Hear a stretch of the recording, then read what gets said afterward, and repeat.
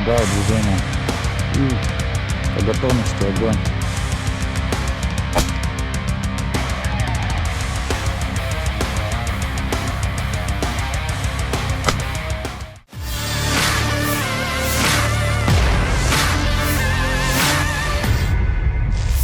Kementerian Pertahanan Rusia merilis rekaman momen penembak jitu beratnya mengganggu rotasi malam unit Angkatan Bersenjata Ukraina di arah selatan Donetsk. Penembak jitu berkamuflase dan menembaki target dari jarak jauh. Rekamannya beredar di Telegram pada Kamis 25 Juli 2024. Dalam keterangan unggahan disebutkan, para penembak melepaskan tembakan dari penyergapan menggunakan senapan sniper kaliber besar, perangkat pencitraan termal, dan alat tambahan yang diproduksi di dalam negeri. Menurut pejuang Rusia, musuhnya menghabiskan waktu lama untuk berputar di jalur yang sama hingga berakhir ditembaki. Rekamannya pun menuai berbagai komentar dari warganet.